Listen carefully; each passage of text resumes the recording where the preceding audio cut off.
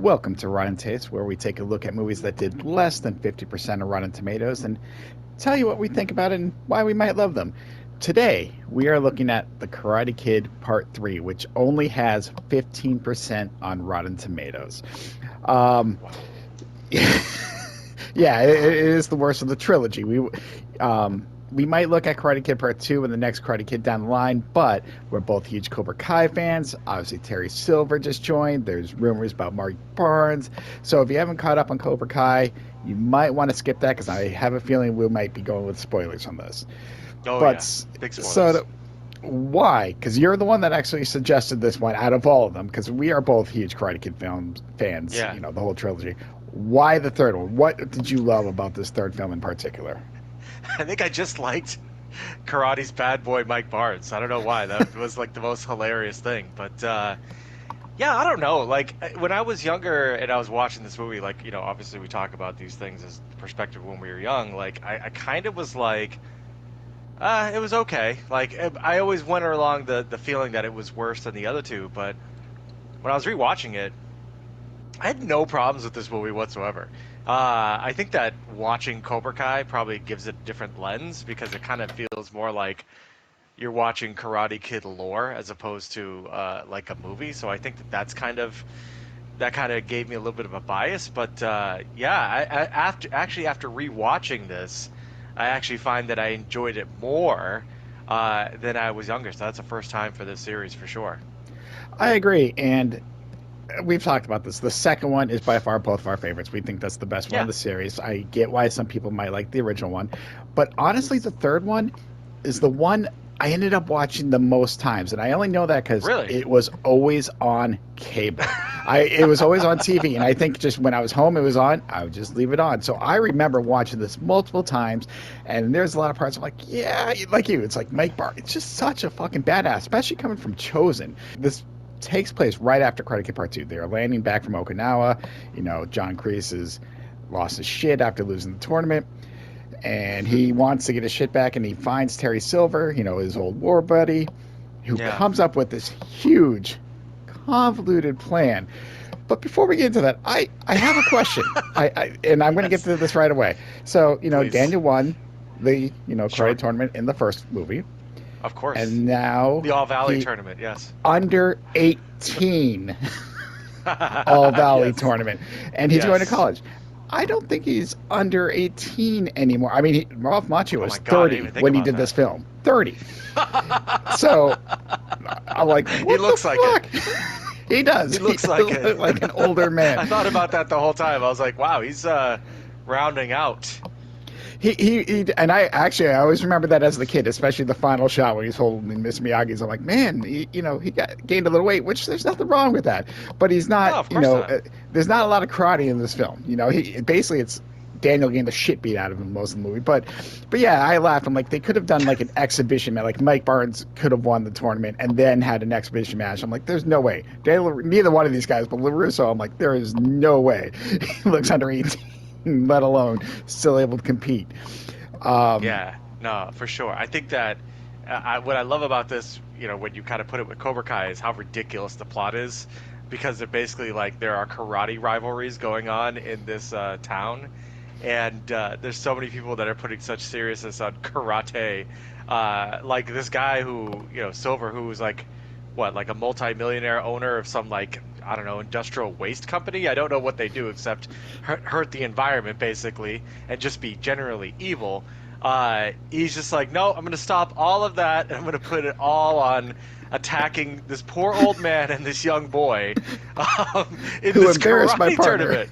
It's like, but here's the other thing about that. So yeah, when Terry Silver is on board about, you know, he comes up with this plan. He tells Kreese, go overseas, enjoy a nice vacation. Then there's the scene, which I love. It's right before Silver, brings Mike Barnes comes in. And, like, his employees are there. And he's telling them about this revenge plot. And then I start thinking, like, what is going through their fucking minds? You know, because he's dumping waste. He's like, oh, who's paying attention? And he's like, oh, yeah, I got to find a car, you know, like this. I think this came out in 89. So we're still right at the end of the 80s cheesiness. But I'm just like, this was so far overboard.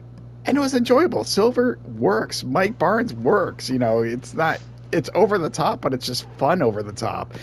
Oh my god. Yeah. Daniel LaRusso joining Cobra Kai, like, and doing that kind of stuff, and going over to the dark side, and like the kind of break in the relationship between him and Mr. Miyagi. Which, by the way, I'm sure you got this as well. But as I'm watching this, I'm just like, oh my god, like Pat Morita is just.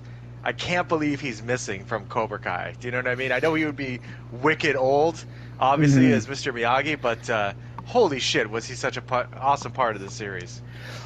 Oh yes, and he is the best character. He is the heart. I know it's based. You know, you follow mainly Daniel LaRusso, but he's just the heart of the whole series. Yeah. But what I loved about this, and I actually loved it as a kid, he goes from the first, Ali to Kumiko, and he even explains when he comes back home why Kumiko couldn't join. And then now we have this new person who wasn't a love interest. You know, Ralph Macchio was 30. Robin Lively, who plays Jessica, is 10 years younger than him. Now she was still of age, but he had a problem being in a relationship with that much younger, so they rewrote her character to just be a friend because, he's like, I can't, because they actually had a kissing scene, and he just like, I can't, he is very wholesome in real life, but so that was the reason this movie does not have a love interest, more just a female friend, because Ralph Macchio, I think there's 10 years apart, and he felt very uncomfortable with it, so that's why they rewrote it, and it works though. I'm like, yes, wow, it's amazing how much of this works, and I get a lot of people don't like this film because it is over the top, and the first two, especially, are just such a part of society. It is. It. Come on, Mike Barnes, like he in their first fight scene, Daniel, he just punches him like, that's all you got. Like nothing. He doesn't. Mike Barnes does not get hurt. The only time he loses is by default at the end, which we will get to that in a second. Well, one little punch to the side, and he loses like the whole thing, and they lose like all of Cobra Kai. I'm like, well, no, you still have money, you can do this. But no, I mean, dude, you said over the top, and over the top was 32% on Rotten Tomatoes. How is this 15%? Like, I don't mind over the top. Of course, we talked about it at length. And we won't revisit it again, but this is a good movie. It is, and I think a lot of it has to do, again, with the story, because it's all about, Mr. Miyagi's retirement. They opened the bonsai shop. It's a relationship. Daniel gave up his college money to help his friend basically live his dream. And as Mr. Miyagi, tries to turn him down every corner, but he's appreciative, and he finally obviously accepts it. And I'm like, there's so much. And that's why I think this has so much more heart, honestly, for these two characters together than the first two, because this is like life after high school for Daniel. This is like, what am I going to do? I'm helping my friend live his dream. So it isn't central. And I thought this movie was the best interpretation of these two friends out of all three of them. And I can say that honestly. I still love Kumiko's, obviously, love interest. That was the best for Daniel LaRusso there. But this, between him and Miyagi, not wanting to train him, he wants to move on. He's trying to teach Daniel to move on until obviously it's a little too late or Daniel's over his head. But God, I don't know how this is. I'll be honest. I don't know how this is 15%. I'm not saying this is like the best one. I still think 2's, my favorite. Definitely way better than Next Karate Kid, which we won't get into. But this was, maybe down the road. Terry Silver, in this movie, definitely the laughing maniac. Then they introduce him in last season of Cobra Kai, and he turns him down, and then he turns into the maniac. He is such a brilliant character. I can't wait to see where the next season goes. What are your expectations of Mike? Now, even though it's not confirmed, we all believe Mike Barnes is joining the cast next season. It has to. What is your expectations? What do you think of Mike Barnes back here, being the bad boy karate? What do you think has happened to him in the last, 30 years? 31 years or something. I have no fucking idea. Oh my God. Because I think about all the characters that are in Cobra Kai right now, and I kind of think to myself, where's the room for Mike Barnes? Because there's already so many like kind of bad guys in the situation, so it's like, what kind of thing would Mike Barnes even do? Because Johnny Lawrence doesn't even know who Mike Barnes is, right? Correct. There was a Right. quick bring up in like the first season when he was trying to reopen Cobra Kai. He's like, he didn't know who those guys were and what happens. Yeah, correct. I mean, because it's like, by that, we always talk about, Mike Barnes showing up in the next season, and that's fine, but no Robin Lively. Like, I feel like it's like the show is all about like giving like the fans Easter eggs like from the original lore, but now I'm going to be very interested to see how Mike Barnes fits. Maybe they'll do a twist where Mike Barnes is actually like on LaRusso side in some sort of way. I don't know, because I feel like there's already just a bunch of baddies on that cast. I don't know. What do you think? Well, as a joke, I would love to see him just be like, like a one episode cameo. Be like, really, you guys still fucking care about karate? But Which would be awesome. just like, Yeah, just I have the just same just be like the. But in all honesty, I look at it this. I don't know. Johnny Lawrence and LaRusso, pretty much have come to terms with each other. I know they were still going to be the buddy. Chosen now, obviously, has come to terms. Big rival from the second film, and now he's actually joining the cast as a regular for the next season. Oh. I wholehearteady see Mike Barnes maybe coming in, maybe having a little chip on his shoulder, if they're going to do a full season of him.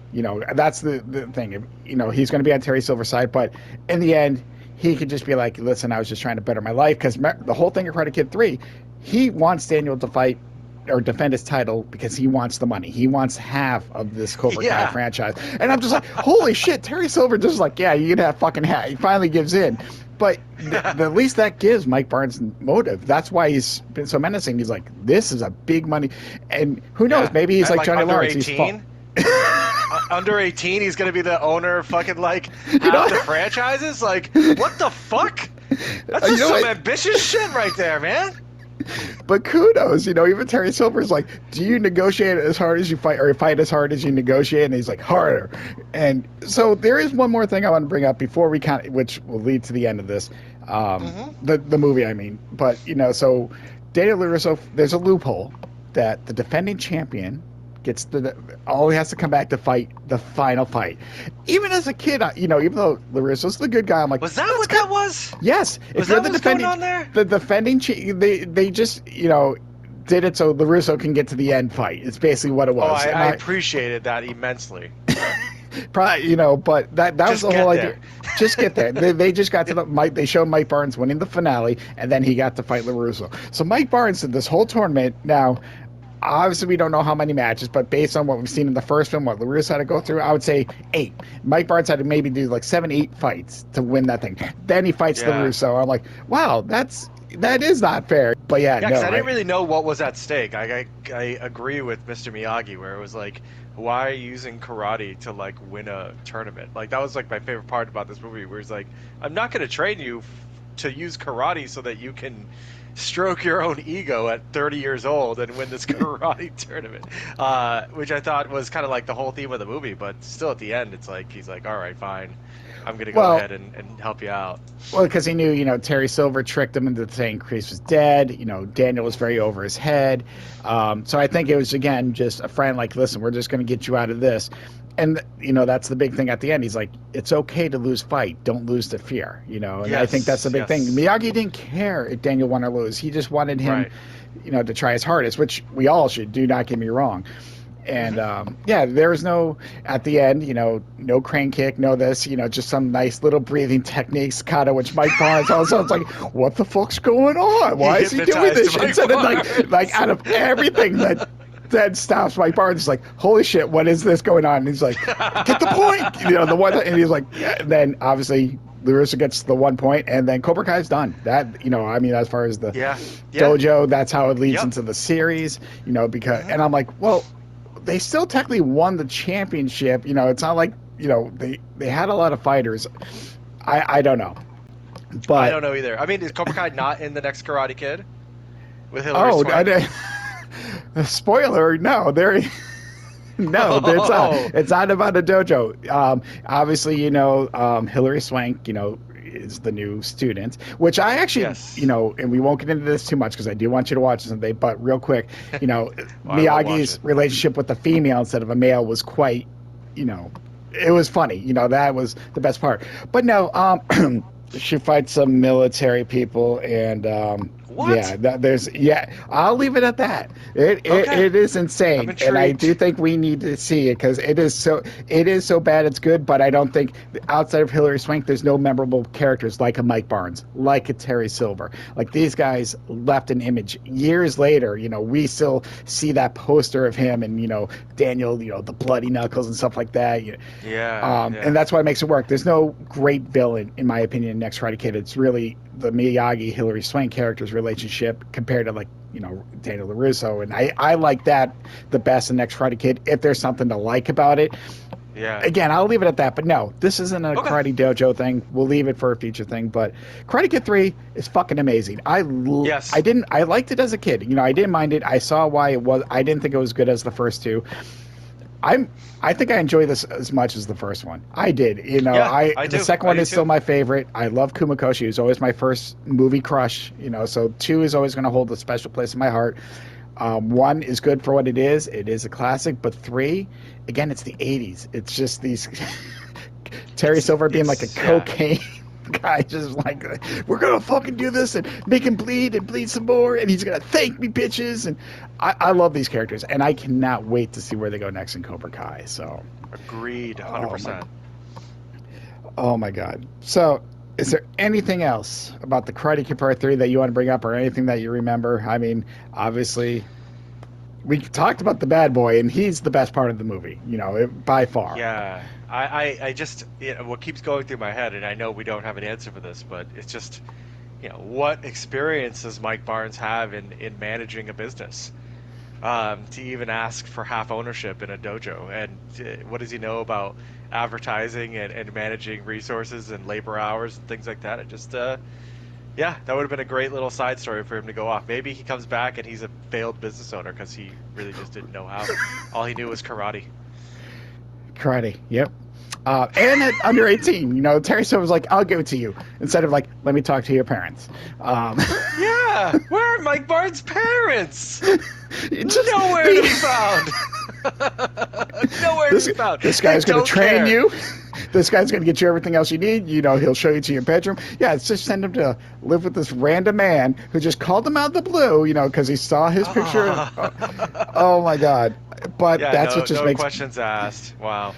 Oh, but no, I mean, outside of, that's supposed to be an under 18 fights and Daniel LaRusso gets the free pass, I fucking enjoyed Karate Kid 3. I thought it was great. And I think, again, it's Mike Barnes, Terry Silver, these characters just make it cartoonish enough and over the top where it comes to that line but doesn't cross it. And like you said, as an adult, I think I enjoyed it more as I did as a kid. And I did like it as a kid. I never really hated this film. I just didn't think it was like the best of the bunch. But like I said, watching again, this is fucking brilliant, man. It was so I didn't brilliant. Fucking cringe at all. Like I was, we've seen some pretty cringy movies in this series, but this movie, I did not cringe once. I was like, yep, this is all great.